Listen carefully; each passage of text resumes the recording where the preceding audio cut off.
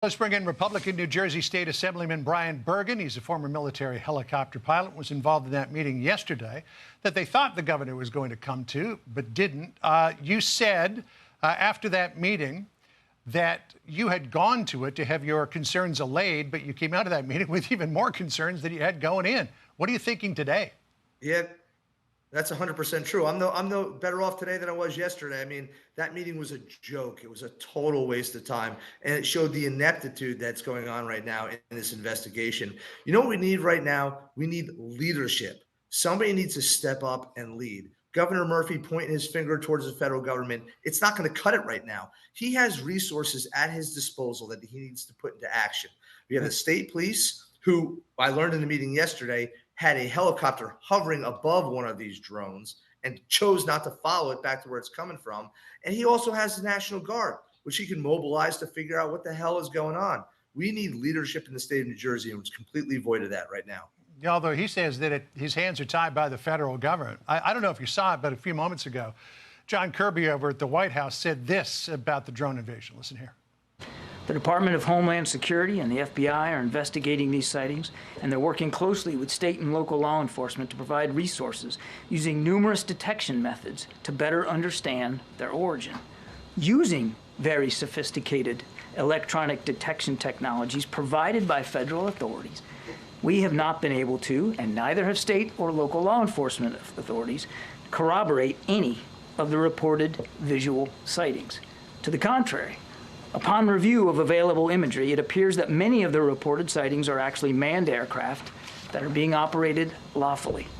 So what he's basically saying there is, these are not the droids that you're looking for. I mean, what do you say to that? Yeah, see, that guy's an idiot. That I can tell you right now, because the colonel of the state police told the members of the state legislature that one of his helicopters was hovering above a 6-foot wide drone, and he landed that helicopter because he felt unsafe for his pilots. I'm a former Apache helicopter pilot and a member of the New Jersey State Legislature, and I've seen these things in my own community. That guy, I don't even know his name, who was on here a couple minutes ago, is a fool if he's going to say that there's no issue. Well, he's a former rear admiral in the U.S. Navy named John Kirby. So, helicopter pilot against the admiral. Go ahead. Well, you know, go Army, beat Navy. That's what I have to say in this regard.